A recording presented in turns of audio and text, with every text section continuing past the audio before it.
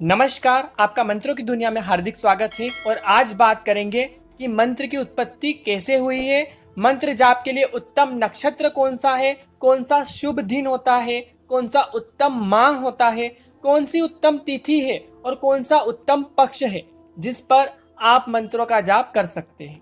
ज्यादातर मंत्र गुरु, महागुरु और देवताओं के द्वारा बनाए माने जाते हैं। इनमें से काफी मंत्र अत्यधिक पुरातन हैं और उन्हें आदि काल में बनाया गया था। इन मंत्रों के बारे में जानकारी हमें हमारे धर्म ग्रंथों और वेदों में मिल जाती है। हालांकि कुछ मंत्र शास्त्र, जो कि बहुत से मंत्रों का संपुट है, उपलब्ध होते हैं।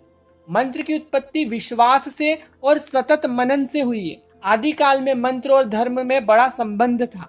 प्रार्थना को एक प्रकार का मंत्र माना जाता था। मनुष्य का ऐसा विश्वास था कि प्रार्थना के उच्चारण से कार्य सिद्धि हो सकती है, इसलिए बहुत से लोग प्रार्थना को मंत्र समझते थे। जब मनुष्य पर कोई आकस्मिक विपत्ति आती थी तो वह समझता था कि इसका कारण कोई अदृश्य शक्ति है, जैसे वृक्ष का टूट जाना, मकान का गिर जाना या आकस्मिक रोग हो जाना।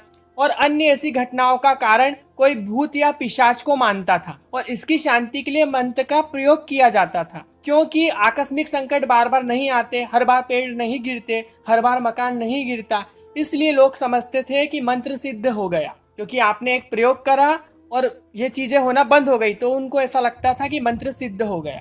प्राचीन काल में वैद्य औषधि और मंत्र दोनों का साथ साथ प्रयोग करता था।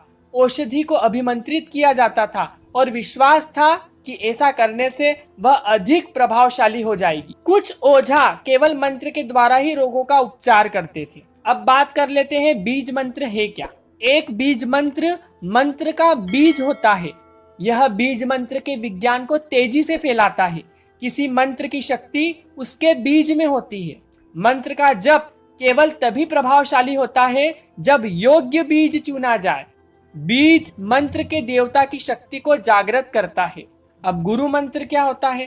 गुरु मंत्र का नाम मंत्र, अंक या शब्द होता है जो गुरु अपने शिष्य को जप करने के लिए देता है। गुरु मंत्र के फलस्वरूप शिष्य अपनी आध्यात्मिक उन्नति करता है और मोक्ष को प्राप्त करता है। वैसे गुरु मंत्र में जिस देवता का नाम होता है वही विशेष रूप से उस शिष्य की आध्यात्मिक प्रगति के लिए आवश्यक होता है। क्योंकि गुरुजी भी जो भी मंत्र देंगे आपको, वह किसी न किसी प्रकार के देवता का मंत्र होगा।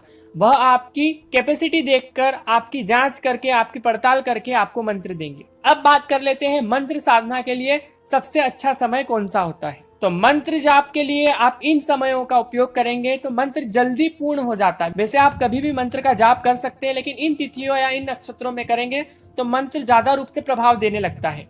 सबसे पहले बात कर लेते हैं शुभ दिन कौन सा है। तो रविवार, शुक्रवार, बुधवार और गुरुवार मंत्र साधना के लिए उत्तम समय है। आप इन दिन पर साधना कर सकते हैं या मंत्र जाप स्टार्ट कर सकते हैं। उत्तम नक्षत्र की बात कर लेते हैं तो पुनर्वसु, हस्त, तीनों उत्तरा नक्षत्र, श्रवण नक्षत्र, रेवती, अनुराधा और रोहिणी नक्षत्र, इन नक्षत्रों में मंत्र सिद्ध जल्दी होता है। अब उत्तम माह की बात कर लेते हैं तो साधना हेतु आप कार्तिक माह में, अश्विन में, वैशाख, माघ, मार्गशीर्ष, फाल्गुन और श्रावण मास में आप जाप करें तो ज्यादा उत्तम होता है। अब उत्तम तिथि की बात कर लेते हैं तो पूर्णिमा, पंचमी, द्वितीया, सप्तमी, दशमी और त्रयोदशी तिथि उत्तम मानी जाती है। मंत्र जाप के लिए उत्तम पक्ष कौन सा है? तो हम हमेशा बोलते हैं शुक्ल पक्ष उत्तम होता है। इसमें चंद्र और शुभ दिन देखकर आपको मंत्र जाप करना चाहिए। आसन के बारे में मैं आपको बता चुका हूँ कि किस प्रकार का आसन लेना चाहिए, और माला के बारे में भी मैं आपको बता चुका हूँ। लेकिन आप माला से भी जाप करेंगे तो 3 तरह का माला का जाप होगा। पहला वाचिक, दूसरा उपांशु और तीसरा मानसिक। वाचिक जाप धीरे धीरे बोलकर होता है। उपांशु जाप में इस प्रकार जाप करते हैं कि कोई दूसरा नहीं सुने, सिर्फ हमारे होठ हिलते हैं। और अगला आता है मानसिक जाप, जिसमें जीभ और होठ नहीं हिलते।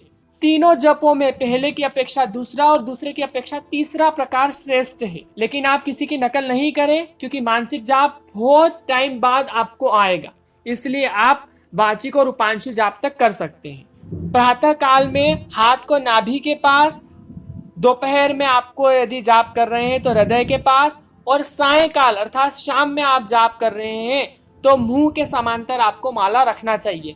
इन बातों का आप ध्यान रखेंगे तो आपका मंत्र जो है वह निश्चित ही प्रभावशाली होगा। इस प्रकार से आप जाप कीजिए। यदि वीडियो पसंद आई हो तो लाइक और शेयर कर देना। हमारी अगली वीडियो देखने के लिए चैनल को सब्सक्राइब जरूर कीजिएगा। धन्यवाद।